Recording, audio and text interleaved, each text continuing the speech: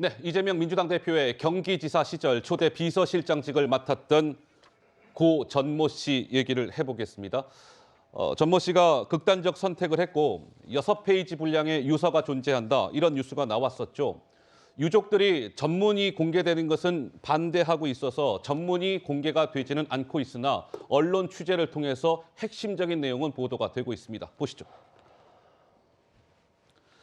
자, 이재명 대표는 이제 정치를 내려놓으십시오. 이게 유서 첫 문장에 저러한 문장이 등장을 한답니다. 그리고 대표님과 함께 일한 사람들의 희생이 더 이상 없어야지요. 주변 측근들을 잘 관리하시라, 잘 관리하세요. 측근들의 인간성을 길러달라라는 문장도 있었다고 합니다. 그러니까 장해찬 의원님 어떻습니까? 6장짜리 유서의 첫 장에 이 대표를 향한 저러한 심경이 쓰여져 있었다는 건데 우리 장 의원은 저 지금 문장들 중에 좀 어떤 문장이 눈에 확 들어옵니까? 그러니까 단연 이재명 대표 이제 정치를 내려놓으라는 내려놔라. 의 예. 이 마지막 순간에 남긴 절절한 충언이자 고언이 눈에 들어왔는데요. 대다수의 국민 여러분들도 마찬가지였을 것 같고요. 만약 이재명 대표가 성남시장이나 경기도지사 문제없이 잘했다. 이재명 대표가 지금도 자화자찬하는 것처럼 뭐 대장동이 역대 최대의 사업이었다, 치적이다 이런 데 동의했다면 예. 돌아가신 분이 결코 저런 이야기 하지 않았겠죠. 나는 억울하지만 이재명 대표님 정치 계속 잘하십시오라고 했겠죠. 그런데 그게 아니니까 지금 거리에서 뭐 그 측근들 사이에서 정무는 정진상 실장이 행정은 이 돌아가신 실장님이 하셨다는 이야기가 있을 정도로 크고 작은 행정일을 다 빠짐없이 챙기셨던 분인데 이분이 지켜보기에도 이재명 대표의 정치나 성남시장, 경기도지사 시절에 해왔던 일들이 문제가 많기 때문에 예. 본인이 그리고 그 억울한 누명을 쓰고 정작 결정권 주체를 가지고 있었던 이재명 대표는 아무 책임도 지지 않는 상황이 말이 안 되기 때문에 정치를 그만 내려놓으라고 하는 거 아니겠습니까? 예. 그런데 이 절절한 고인의 마지막 유지에도 불구하고 이재명 대표는 7시간 기다렸다가 20분 도둑 조문한 다음 날 또다시 정치 행사 참여해서 장애 집회에서 목소리를 높였습니다. 사실은 고 김문기 전 처장 돌아가시고 발인 날 산타클로스 옷 입고 춤췄던 것 때문에 유족의 아들이 울분을 토했었는데요. 그때 경험을 되돌려 본다면 적어도 돌아가신 분의 발인이 끝날 때까지는 이재명 대표가 유지를 받드는 척이라도 해서 정치 행사 안 나가고 시간을 좀 가지는 게 맞지 않았나 하는 아쉬움이 예. 이 유서를 보니까 더 짙게 드는 것 같습니다. 좀 하나하나 살펴보겠습니다. 그러니까 김상희 평론가님, 네. 이 고인이 된 전모 씨 같은 경우는 이재명 민주당 대표의 정치 인생에 뭐 이제 항상 같이 있었던 분, 최측근 아니겠습니까? 왜냐하면 성남시장 시절에 비서실장했고 경기도지사 당선이 되고 당선인 시절에 인수위 비서실장을 했고 경기지사 취임한 이후에 초대 비서실장을 했고 그런 분이 조금 전 그래픽을 다시 한번 볼까요? 극단적 선택을 하면서 유서 6페이지의 첫 문장이 이재명 대표님 이제 정치를 내려놓으십시오라고 적었습니다. 이재명 대표는 몇 달, 한 1년 전에 유력 대선 주자였고 정치인은 당연한 것이고 차기 대권을 생각하고 있을 이재명 대표에게 정치 내려놓아라. 최측근이 마지막 순간에 이런 문장을 유서 첫 문장에 적었습니다. 그거 어떻게 받아들여야 될까요? 저는 이게 이재명 대표에게 포커스를 맞추기보다는요. 이 죽음이 진짜 이 생명의 어떤 존엄성을 우리가 생각한다면 이 죽음의 의미를 저는 생각해야 된다고 봐요. 그게 뭐냐면 기본적으로 이 죽음이 우리가 가지고 생각해야 되는 게 정치의 존재 이유, 네. 그다음에 리더나 정치 지도자의 존재 이유, 그다음에 검찰의 존재 이유. 이런 거에 대한 저는 고언이라고 봅니다. 기본적으로 정치는요, 국민을 위해서 있어야 돼요. 예. 이런 분들을 보살필 수 있어야 되거든요. 그리고 리더는 이런 분들에 대한 책임을 본인이 짊어지고 가는 희생 정신이 있어야 돼요. 그리고 검찰은요, 조작 수사나 이런 게 아니라 국민들이 느낄 때 정말 공정한 수사를 받고 있다, 내가 억울하지 않다라는 느낌을 주어야 합니다. 저는 이분의 극단적인 선택을 통해서 예. 국민들이 그리고 정치권이 이 죽음의 의미를 다시 한번 생각해보는 계기가 됐으면 좋겠다 이런 생각이 들었습니다. 자, 이 전모 씨의 극단적 선택을 두고 민주당이 좀 어수선한 분위기인 것 같습니다. 오늘 오전에 민주당내에서요, 전해철, 박성준 두 명의 의원은 이런 반응을 내놨습니다. 한번 들어보시죠. 실제로 국민분들이 이번 일들에 대해서 굉장히 안타까움 또 의구심을 갖고 있는 건 사실입니다. 근데 어차피 유족 측에서 지금 그 유서 내용 전체를 공개를 안 하고 있는 상황이기 때문에 그분의 의견을 다 이렇게 알 수는 없지만 약간 충격을 준 건 사실이거든요. 네, 그래서 그런 면에서 이재명 대표 역시도 좀 더 잘 면밀하게 살펴보는 그런 자세, 또 앞으로 어떤 일을 해야 될지에 대해서 좀 더 신중하고 심각하게 고려하고 고민해야 된다고. 우리가 그런 얘기를 하잖아요. 어떤 내용이 있을 경우에 텍스트를 보지 말고 컨텍스트를 봐라. 실제 그 내용을 보지 않은 상태에서 몇 가지 말들을 이어서 이 전체를 왜곡할 수 있는 현상도 분명히 있다란 말이죠. 전체적인 내용을 모르는 상태에서 한마디 한마디, 한 단어를 가지고 이 고인의 말을 해석한다는 것 자체가 고인을 오히려 명예를 훼손하는 거 아니냐. 네, 전해철, 박성준 두 명의 민주당 의원인데 뭐 들으신 바대로 약간 좀 결이 다른 반응입니다. 자, 6페이지 분량의 유서에는 이런 문장도 등장을 했다고 합니다. 한번 보시죠. 기본과 원칙에 맞게 나는 일을 처리했다. 억울하게 연루된 걸 이재명 대표님께서도 알고 계시지 않습니까? 현재 진행되는 검찰 수사와 관련해 본인 책임, 이재명 대표님의 책임을 다 알고 있지 않습니까? 공무원으로 주어진 일을 했는데 검찰 수사는 억울하다라는 문장이 등장을 했다라고 하는데요. 김현주 대변인님, 본인 책임을 다 알고 있지 않느냐, 검찰 수사 관련해서요. 전모 씨의 저 문장, 글쎄요, 어떻게 봐야 될까요?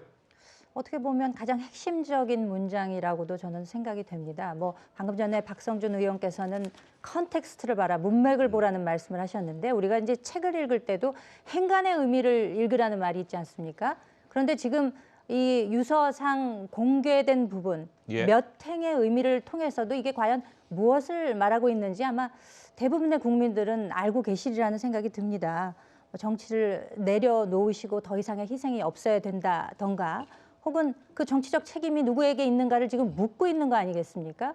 이렇게 되면은 이 대표는 최소한 지난번 그 일이 있은 바로 다음 날 경기도에서 열렸던 그 최고위 회의에서 이야기하기를 이 돌아가신 분이 뭐 유능하고 청렴한 공무원이었다라는 이야기를 하면서도 그 뒤에 바로 이어붙이면서 사법살인이라는 이야기를 했거든요. 미친 칼질이라는 아주 그 험한 용어를 쓰시면서 이 고인의 죽음에 대해서 어떻게 보면 어떻게 저렇게까지 아무런 도의적 책임 내지는 애도를 표하는 마음이 없을까라고 느껴질 수밖에 없는 예. 그런 언사를 구사하는 걸 보면서 참 이에 대한 최소한의 인간적인 면모에서의 도의적 책임 이것을 조금 더 한번 되돌아보고 본인이 좀 고인에 대해서 애도하고 이런 심정을 가져야 되지 않을까. 저는 그래야 온당하다 이렇게 생각이 됐습니다. 자, 뭐 여러 가지 이제 유서가 6페이지 분량이다. 먼저 핵심적인 내용들이 이제 언론 보도를 통해서 전해지고 있는 것인데 저희가 좀 살펴드렸습니다. 자, 그렇다면 지금 민주당에 우리 몸담고 계시는 이승훈 변호사께서는 아까 쭉 이제 그 유서의 핵심 내용 등을 살펴봤는데요. 우리 이승훈 변호사 좀 견해는 어떠신지 한번 한 말씀 듣고 싶네요.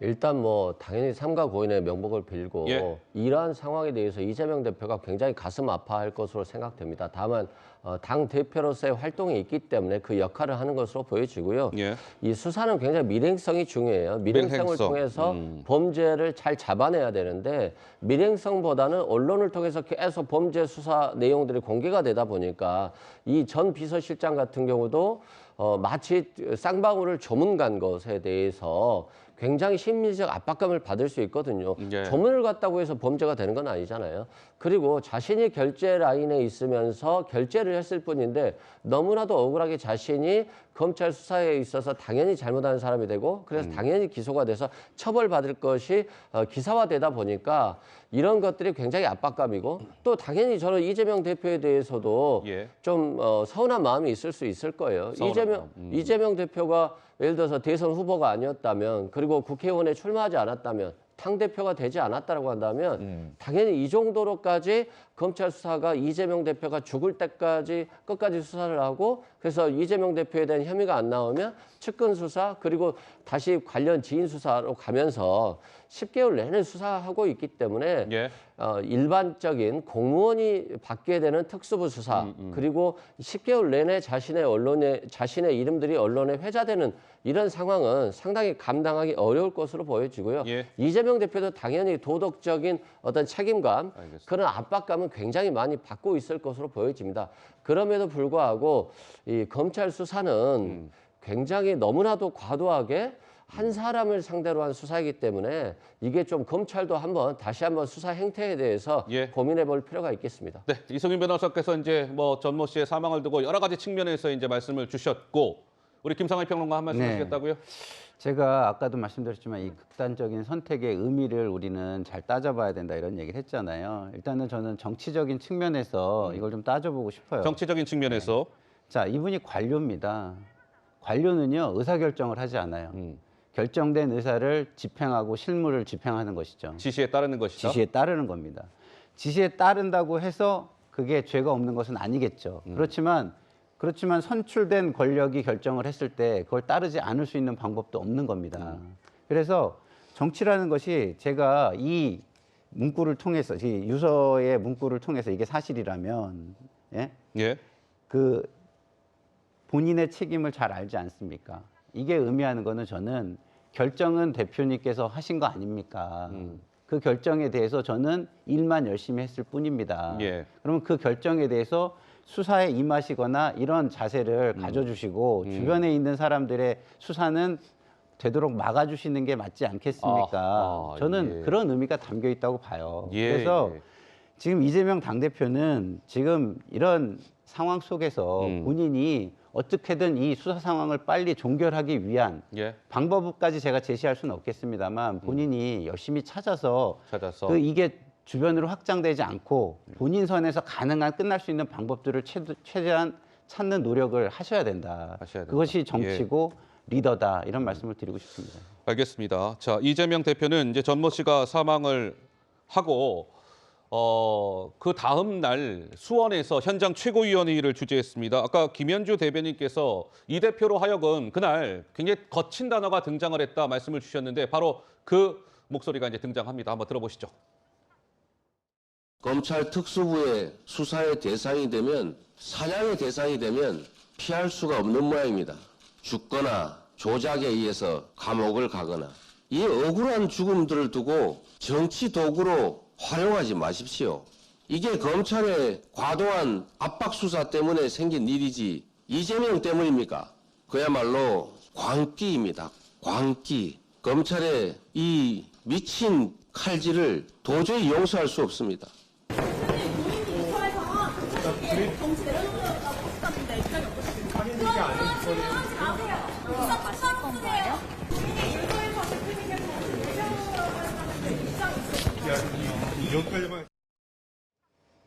네, 이재명 대표 광기입니다. 광기. 저 미친 칼질을 도저히 용서할 수 없습니다. 검찰을 겨냥하는 듯한 그런 멘트가 나왔었죠.